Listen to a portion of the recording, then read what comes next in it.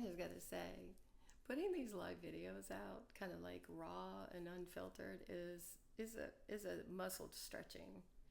But that phrase "bloom where you're planted." Well, I'm in that stage right now, and it's parts of it is are really, really emotionally intense because it's like I'm being seen in a way that I've never let myself be seen. So I'm just gonna go with it and give myself grace and laugh at it because it is what it is. I'm human.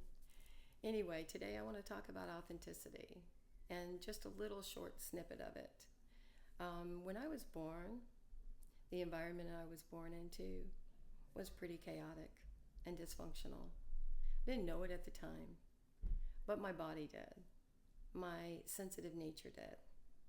And so when I started picking up right around school time that I was a little different in what I was seeing than what my siblings were seeing, I just got really curious. Because the difference was when I would go to school, it felt safer. There was this sense of order and structure, and it made me feel my body feel safe. Whereas when I was at home and when my parents were together, it got very confusing and chaotic and frightening. And I went both back and forth between those two worlds. And then the third option was nature. Nature made me feel myself, the most authentic version of that made me feel good. So I spent a lot of time in nature because back then we didn't have all this social media and distractions and technology. We just kind of made mud pies and pretended they were pies. I mean, let's just get it real. But I learned so many things when I was a young child. And then I learned from other relationships outside my own home that there were some parents that connected to their kids in a way that made their kids feel safe and happy. So I started just gathering that information.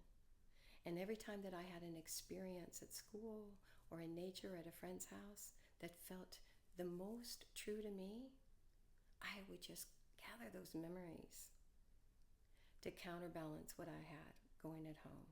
Now, not every day was really chaotic and confusing, but I'd say most days were, especially with my parents being together, because my father sadly was an alcoholic and my mother had some mental illnesses, and we didn't know that at the time. And putting those two together were pretty combustible and pretty traumatic to the sensories. But the way that I operated, the way that I collected that information by experiencing different things was how I started being able to navigate what was going on. The one thing that I knew was I could read a book and I could imagine a different world, and that world helped me. And I would go and find a quiet place and I would read, or I would play with my dolls, or I would do whatever it took to counterbalance the things that happened when my parents were together. Children are very loyal, and they grow up and they don't know any difference. They don't have the psychological understanding of that. And there's a lot of experts out there that can say that, but I'm just going to speak from my own experience. I was confused a lot. I didn't feel like my parents were evil or bad, but I felt like my parents were not seeing the ramifications of what their lives and their behaviors and their relationship was doing to the rest of us. We were able to be alone, and that was kind of like maybe a miracle for me, but my parents worked and we kind of raised ourselves. So there wasn't a whole, that kind of helped us in a way, but we had no control over what our parents were subjecting us to. And that was the most heartbreaking thing. And I think in those times, me staying true to what felt good to my body, despite what was being shown to me and taught to me, I think that was the seed that planted me, being true to my authenticity, true to my own nature, rather than the outside of me that was completely the opposite. And those seeds bloomed and planted and rose in every environment that I found myself in. That was part of that spiritual nature that told me that the way that my body felt and the way that I felt at peace was actually the truth versus what the reality on the outside.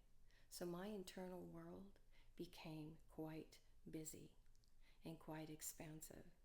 And I just kept collecting things on the outside that actually made that feel true and right for me.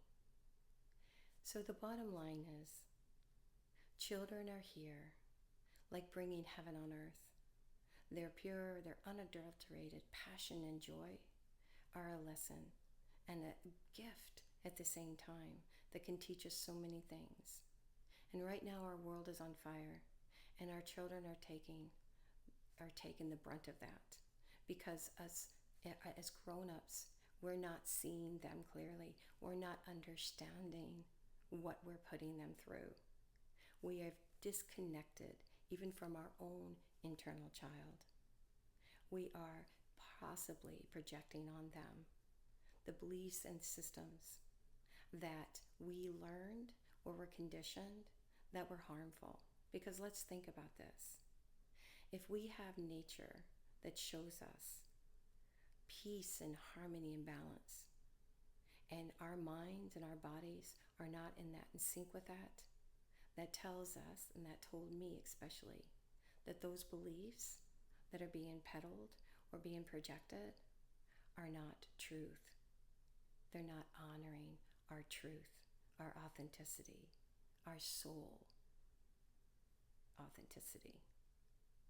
And so I just wanted to bring that out, because children are incredibly, I can't even describe the joy that when I see them living their life, it makes my heart just want to explode. So I want to start there, because children need to be seen and heard, loved, safe, and feel safe and protected, starting from the ground up in their first environments. And I have a lot of compassion for people that have been passed down beliefs that have been harmful to themselves, and they do not know how to break free from that. But because I have, then I'm going to start doing these videos and share just little tidbits of how I kind of moved around and stayed true to myself. Because let me tell you, there is only one of us, and we all share and look authentically different. And none of us should ever be told that we have to be something we're not, because that is the most disempowering and unholy thing to our soul magic. So I know these are going to be heavy topics, and I'm really struggling to kind of speak about them, but right now I don't have a choice in a way, because I want to live my truth out loud, and I want to be the very best of myself. And it's taken me a long time to be free from some of the cycles that I had to break through. And it's taken me a long time, and I'm not going to give that up, because I've been given a gift of a second chance. And I'm going to take it with every bit of joy and passion and love that I can for myself, and hopefully to inspire others to do this for themselves. Okay, so authenticity is the name of the game today. And I want you to look around you and see one thing that makes you glow, makes your heart warm, makes you feel incredibly yourself. And connect to that with praise that you're feeling it and you get to experience it as a soul living a human life, as a spirit living in physical form.